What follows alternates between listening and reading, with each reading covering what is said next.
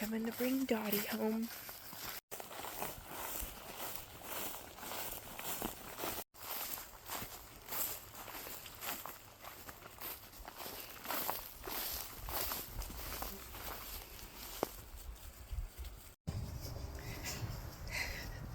All the other horses are following. Where are you taking our friend?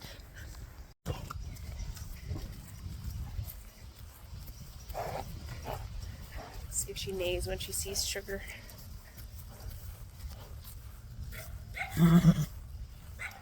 Figured that was gonna happen. I locked up my pup so that she wouldn't cause problems. Hey, easy. Shh, relax. No. And there's your pretty girl. So she's gonna stand there for a little bit, get used to her surroundings, and I'm gonna go run and check all the fence line. Everybody's chatting to each other.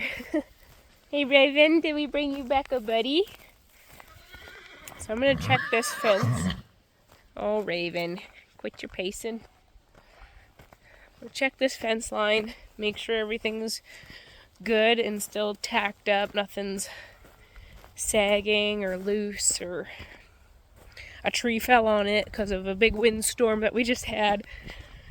Whenever you're gonna turn a horse loose or cows, this is kind of your first rule, is to always make sure that your fences are in good order, because oh boy, if you do not, and it's been a pasture that hasn't been used for a while, I mean, even in this case, it's only been like maybe a month that nobody's been back here, you want to make sure that your fences are intact. Otherwise you could lose your animals so fast it's not even funny.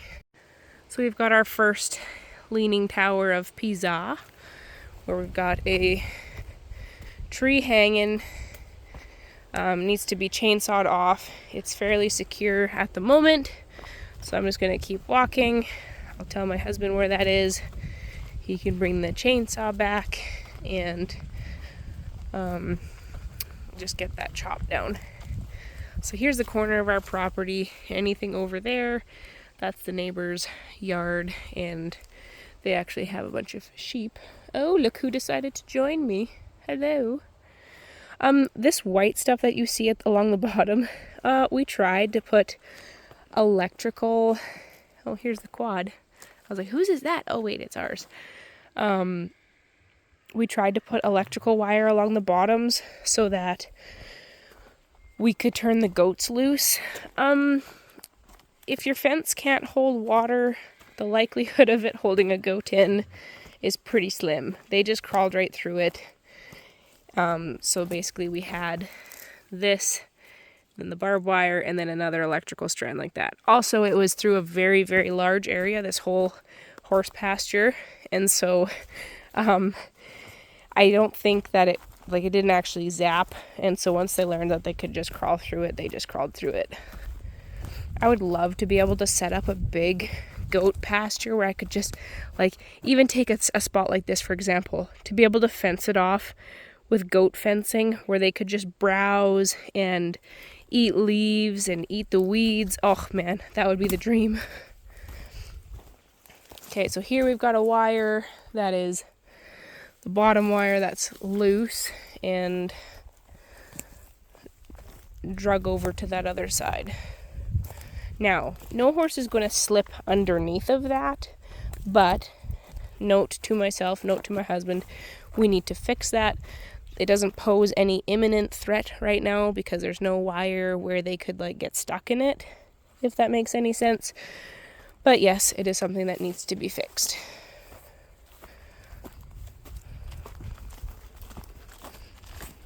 Here's our gate. It goes into the back. Almost pasture. It will be pasture once it's fenced off.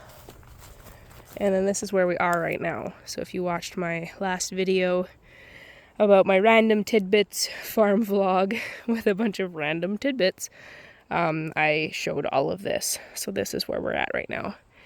And then over there is the shelter, the horse shelter, and the corrals. Just so you get yourself oriented while we walk through here.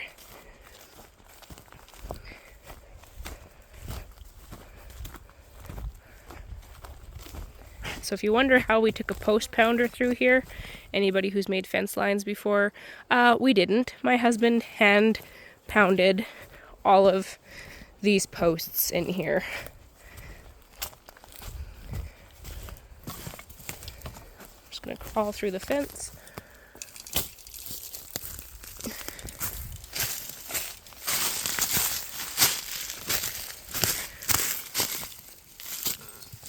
And again. So when we're talking about like starting a farm from scratch, I mean, I kind of feel funny talking about this as if it's a farm because we just have a little over 10 acres. And around here, a farm or a ranch is something where like even a quarter section, which would be 160 acres, is not actually that much property, which might sound crazy to some of you, but that's the truth of where we live. It's quite rural. And so here's our other neighbor's place. So this would be our property line. But yeah, to be like a real farm or ranch, like you have a lot more property than that. So that's where like I kind of feel a little bit weird even having farm in the name because it doesn't really feel like we're farming. But at the same time, when you're caring for animals and you are like starting something from the ground up where you're fencing for animals, caring for livestock like horses or goats, I mean, yeah, I would call it probably more like a hobby farm, if anything. See, look at all this bush grass back here. There's definitely enough for at least 2 horses to feed them for a little while. So, neighbor's junkyard with all of their bunch of piles of just old junky vehicles. So that's fun. Anyways, here's our corner post, and then we just take a left. Straight up would be our pasture as well. I've thought about seeing if we could fence this part for goats because it's not being used for the horses and it's really bushy and leafy and the goats would just clean that right up. But of course fencing supplies is not cheap and we only have a limited amount of funds for projects to tackle this year, and unfortunately that probably is not going to be one of them. But just think about it, the goats would just have an absolute heyday in there. They would love that. Right there is our house, right through there. Anyways, keep on trucking along. The fence looks pretty good, other than those 2 spots where the bottom wire was down and then that tree was leaning over the fence. But nothing where they could get hurt, stuck in, or climb over the fence. And that is what we wanted to make sure. Anyways, so welcome to our small farm, right? Feels weird to call it a farm, but I guess we kind of are farming. It's more of the mentality than anything. There's our the shop right there, our trailer's on the left. This is the little girl's tree fort right there. And then this is a ditch that my husband made with the hoe this spring when he rented a hoe in March. So this idea was to try to get this pasture to drain. And I think we need some more serious drainage happening here because it's just not working that well. Like the whole, I guess, pasture needs to be sloped into like a canal or like that ditch to be able to actually properly drain. And there we go. We are back to the horse corrals. Our place through there. And this is the corral and horse shelter. There you have it. Right now Sugar is right in that pen. Hey Raven, we came in, we did a big loop-de-loop. And then my husband actually the other day, he came in here with the tractor and he scraped all this out. There are some stumps and whatnot that are still kind of need to be chewed up and taken out. But it looks a lot better than it did. So very thankful that he has tractor skills to be able to get stuff like that done. And Dottie standing, maybe not so patiently, Oh, she's gonna have a wee. Standing not so patiently. As you can see, she's been pawing and digging. Just FYI, when you are training a horse, buy good quality stuff. This is a lead rope, and I cheaped out. I bought a rope halter and a lead rope for like 26 bucks from the feed store. Just don't. Just buy the $60 set where you've got a good halter and a good lead when you are training young horses. Because this horse now, Dottie, she has a habit where she sometimes respects being tied up, and yet other times she absolutely does not. And she pulls back, she sits back and pulls back, and she has gotten out of halters, the cheap halters that I have bought, and just now she snapped her lead rope completely. The other thing is that it is a bit sun faded because it's been sitting outside in the sun. So note to you, note to myself, store your ropes out of the sun, out of the weather, and hopefully you can maintain the strength of your tools. Something that's really important to keep in mind when you have goats or horses is their hoof care. Now, especially when it comes to goats, for some reason there's a fair amount of pet goat owners that don't realize that they actually need to trim their goats' hooves.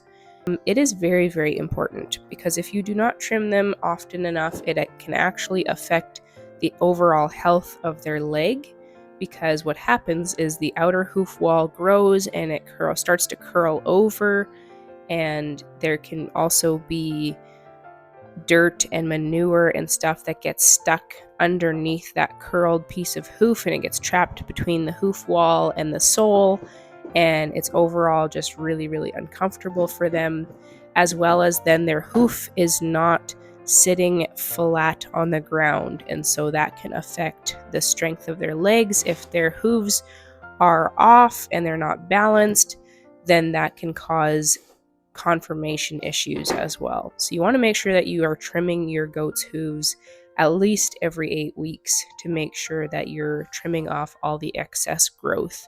Because they're not living on a mountain like wild goats, they do not trim their own hooves naturally. Rebel Rose was due for an udder trim, and so I just took my clippers and very carefully went around and clipped all of the parts around her udder. Now, usually I find that it's easier to trim them if their udder is full, because it's just nice and tight and it shows all of the spots where the hair is hiding.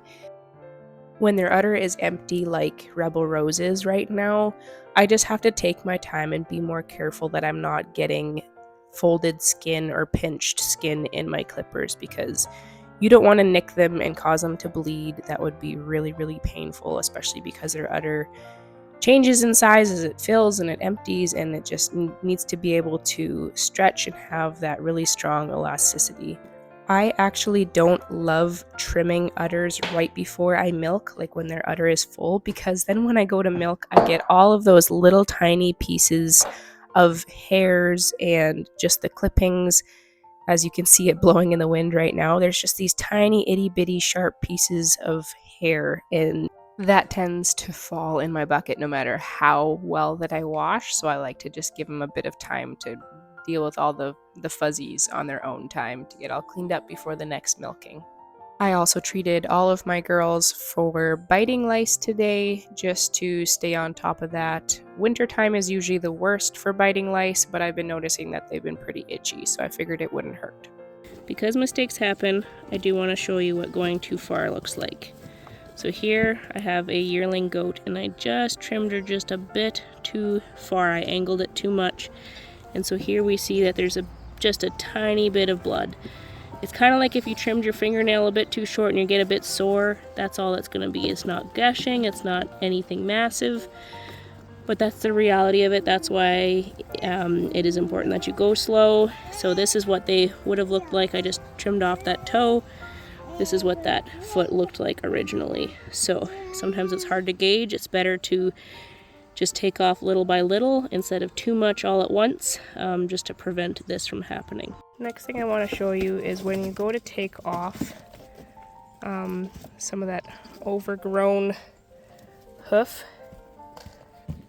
you want to make sure that you look at it, and the goal is to have it flat. So this toe is usually what gets long, and so I take off more toe than you would take off heel.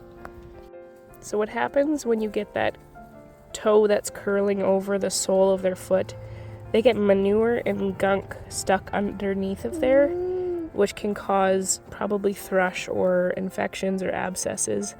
So that's why it's important to keep those trimmed. She hasn't been trimmed probably ever until I got her. So in this case, this outside heel probably could use a bit of a trim, and maybe the inside one just a little bit too, just to keep that level and flat. That's what that'll look like from the side. Not perfect. My shears aren't very good for the sole of their foot, but it is soft and it's a little bit easier for them to wear that down versus the outer hoof wall. So I would love to see that a bit flatter. I don't want that heel like curving in with that overgrowth. Preferably you want that to be nice and straight, the same length with the heel and the same length with the toe.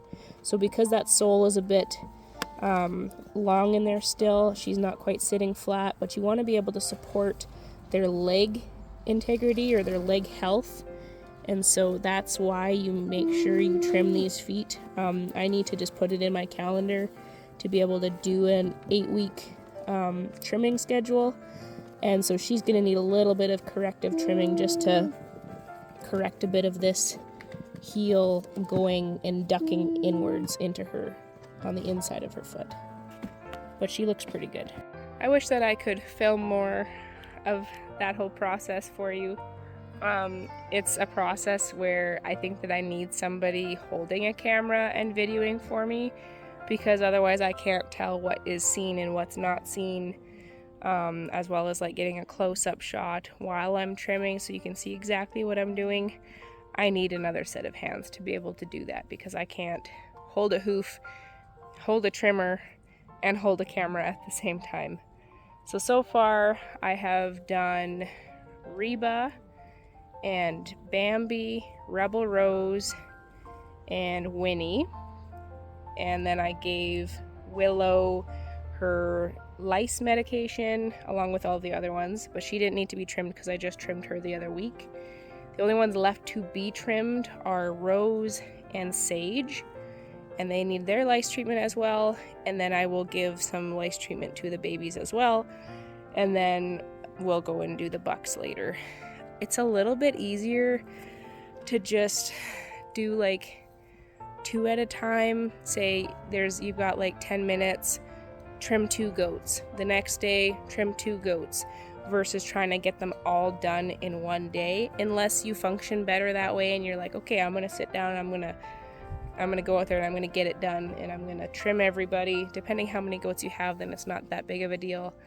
I also clipped Reba's udder, and I clipped Bambi and Rebel Rose's udder as well. When Rose is her turn to get trimmed, I'm going to clip her udder too. It just keeps things so much cleaner when you're milking, less to wash, less risk of like big long hairs falling in your milk pail. My clippers are not the best. I would like to upgrade eventually. It's just one of those things where you use what you have and what you can afford for now, and when you're able to upgrade, then try to upgrade as you're able. She's okay. So this is the one, I think she's probably just getting her nose rubbed. It doesn't look like it's getting any worse. So this is what you would call a scur, where there's horn growth after disbudding. It's not hurting anything. She can't really poke anybody with it, so I'm not that concerned. If this was Orf, I think we would see it around the lips and the nose, and it would just continue to get worse. But this is what I was talking about by that really, really large Roman nose starting to affect their ability to breathe. She's not as wheezy right now as she was before. I know you're getting anxious to get out of there. Sweet girl. So that's kind of what her nose looks like. I would like to see that nostril meeting the top of her top lip is what I would like to see. Hey girlie, Miss Winnie, you're so pretty. Mom, what she likes? All right, Haley. Okay, what I'm gonna give her, this looks terrible, but I need both my hands. She's not that stressed. Nope. I'm gonna give her a 0.5 milliliter of selenium E. Make sure there's no air bubbles in it. Find a meaty part, which with baby goats, not gonna lie, the best spot to stick them is in the hind end. Just poke them quick. Yeah, well, flopping around like that is not gonna help. Put the cap back on so you don't stab anybody else.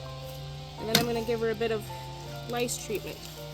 So these guys, because I'm using something that's technically off-label, they don't have a dosage on it, but it's 1 cc or 1 milliliter, go away Bambi, per 25 pounds. So 1 cc per 25 pounds. These guys are probably about 15 or 20. No, you are tame, but let's just, ideally you would have all this set up beforehand. So I'm going to give her about 3/4 of a milliliter. Close that cap so it doesn't spill everywhere. And I'm just going to give her 1 spot along the neck. Well, 2 spots if there's enough, I guess. Okay, hey. Make sure you give them a good snuggle before you turn them loose, otherwise they'll be wild forever. Hey, remember that I'm a good person, okay? Okay. There we go. Okay, I'm gonna get everything set up before I catch the next one.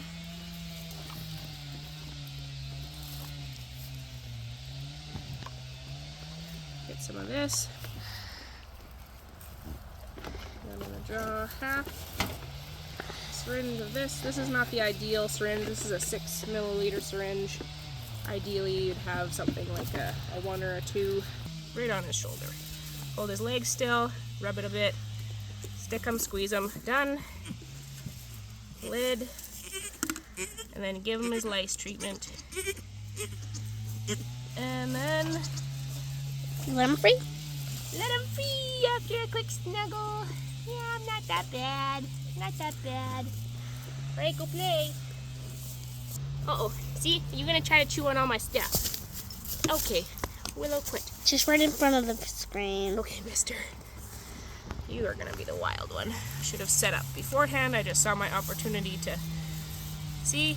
It's not that bad, huh? It's basically just like a good vitamin juice. Mom, Pumper and Peaches is right beside you. Yep. They're Let's relax that leg. Okay, can you see? Yeah. Done. I'm sorry, bud. You've had all the fun things lately. Also, this guy loves scratching on me. Right. Here you go. Okay, see? We're still best friends. We're still gonna wreck my hair. So he was banded. This is all starting to get soft now. It's lost its circulation. You can't feel that. Why does he have a bit of teeth? Because boys have teats too. Alright, we're already done, Haley. We just need Miss Peaches or Miss Daisy now. If you want an extra sharp needle, you change the needle between every goat. When we were doing cows, the rule was usually that you change the needle every 10, I think, depending on which ranch you worked on. It does get a bit more dull, but it still works. It's just maybe a little bit of an extra pinch for them. How are you going to do Peaches? I just gotta go catch her. Mom, Peaches was over by that girl. Oh yeah. So Go catch her. the one that's light is the one that's Mommy's going to catch. The mom is the one. See if I can do it better this hand. So I'm just holding her, my arm. It's all kind of trial and error. I don't have a system. I actually have not given Selene shots to goats. Oh, you were the easiest one out of them all. You didn't even flinch. Good girl. Ouch. Daisy. Stop it. Okay, I'm gonna give her little truth serum. Lice serum. I haven't noticed that they're covered in lice. I just know that over the winter time they did have some lice. Let's not eat the garbage. So that's it. 4 baby goats. Tilt it up. 4 baby goats. They all got their Selene shot. It's more of just a prevention thing. And then their little lice treatment. And they should be good to go. Everybody's good to go. She's finally been standing here nice and patiently, not digging at the ground, just relaxing. So I'm gonna untie her and do a bit of work with her. I just soft brushed her, and I'm just gonna do a little bit of playing. Everyone has a little bit of a different method in how they train a horse. It's kind of nerve-wracking to show anybody this piece of me working with this young horse. She's about 4 years old. We don't exactly know her age 100% as she came from a place where we had no past information about her. We really don't know much about her history. And so I kind of wanted to start her off with the basics. I did a lot of rope work where I would be throwing a rope in front of her feet. I would throw it gently around her legs, run it over her back, start using hand pressure to get her to move away. She's very, very sensitive to pressure, which is kind of funny because she's a little bit of a rammy horse. She tries to walk over you if you're not careful.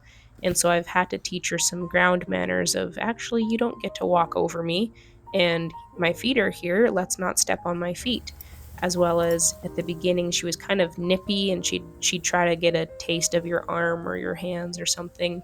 And so she had to learn some manners pretty quick because I think she was just kind of spoiled behaviorally and she got away with a lot of things. And so I've kind of started from the beginning with her, done lots and lots of just like leading her around, which she actually still needs quite a bit of work with leading. She sometimes is not very respectful to walk behind you. She tries to push forward and drag you along, which is not ideal when it comes to a big horse like this. I say big horse, she's not actually that big, but she's a lot bigger than me. And so I do have to be careful, and you have to consider other people that may be around her as well, or young children. They need to be aware of where their body is because even if it's unintentional, they can hurt somebody really, really badly. So she's taking this saddle pretty well. I'm not tiptoeing around, I'm just kind of showing her the way it is. And here I'm touching the cinch to her underbelly just to see if she's got any explosive reactions that she's going to give me. She's more concerned about walking off and doing her own thing, which tells me that her mind isn't really engaging in what I'm doing, which can kind of be a little bit frustrating, to be honest. I really want to nail home the point that I am not a professional horse trainer. While I have trained horses in the past, that does not mean that I know everything, nor would I ever claim to know everything. I still have a lot to learn, and a lot of this stuff I'm actually going through it and then trying to brush up on my training education just because I know that I am a little bit rusty because I haven't really trained a young horse in several years. Not that I haven't been around a horse in that long, it's just that it kind of takes you a bit to get back in the saddle, so to speak, where you kind of have to pay really close attention to what they're telling you with their body language. And you got to keep in mind that through a video, you don't get to see everything. There are a lot of things that happen behind the scenes that I can't even come close to recording my relationship with this little mare. We have built a relationship over the last 7 months, and so there's a lot of history here that people just can't see. I can't share all of that. So hopefully that there's the people that are watching understand the process with these young horses and how each one is very, very different. A lot of what we do is intuitively listening to what they're telling us with how their ears are, how their nostrils are flaring, how tense their muscles are. There's so many factors that go into this, and I can't even claim that I see it all and I know what I'm doing. I just know that she's pretty much unbothered by all of the things that I'm trying with her. Obviously, I'm a little bit concerned that she's just going to blow up all of a sudden, but you kind of just have to take it as it comes and see what they're going to do. Here I'm just seeing how she feels with the rope around her. I'm going to see if she can turn around with just a little bit of pressure behind her. And as you can see in just a moment, she was a little bit confused with the feeling of the saddle stuck on her back like that. And so I just try to keep her calm, not let her blow up. She also kind of tried to walk right through me, which was not ideal. So I just kind of gave her a minute to chill out, and then we started doing some just gentle movements so she could get a feel for whatever this new item was on her back.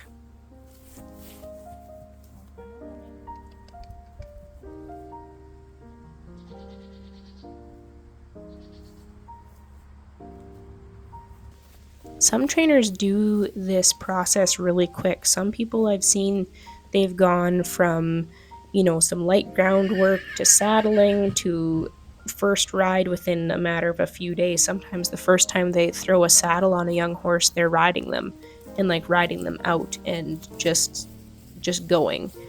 I kind of like to take it a bit slower, not to say again that I'm the most experienced person in the world, but in this case I let my husband lead me around just so she could get a feel for me on her back in a saddle. I've ridden her bareback a few times, but this was a completely different feel for her. Let's see. See? So cute. So I think that he's a toad because he's got thick skin with lots of bumps on him. Yeah. He's so gentle, okay? Something I didn't really notice right away until actually after sitting in the saddle, which is bad on my part, is the fact that the saddle that I have doesn't actually fit Dottie properly. She's got a really steep wither as well as kind of a short back, which both of those things are actually going to prove quite challenging for finding a saddle that would fit her properly. I am spent. I have trimmed all of my goat's hooves. Oh, excuse me for climbing through a fence. I have trimmed all of my goat's hooves. Dottie got her hooves trimmed, and I did some work with Dottie. I brought her back over here, kicked Raven and Dottie out together. Raven's knee, she's like 9 or 10 weeks into pen rest. I just want to see how she does if she's out with just one horse, and if she's more sore, then I'll put her back on pen rest, I think. But for now, I would like to see her have a life instead of being cooped up all the time. So she's going to be out for a bit. There's a chance that she will always have just that slight limp. There's a chance that in her knee there's arthritis. At this point, we don't know. And at this point, knee x-rays aren't affordable. And she's not in any kind of like chronic, severe pain where it's affecting her quality of life. Now I'm going to top everybody up with water and go sit down and have a bit of a break.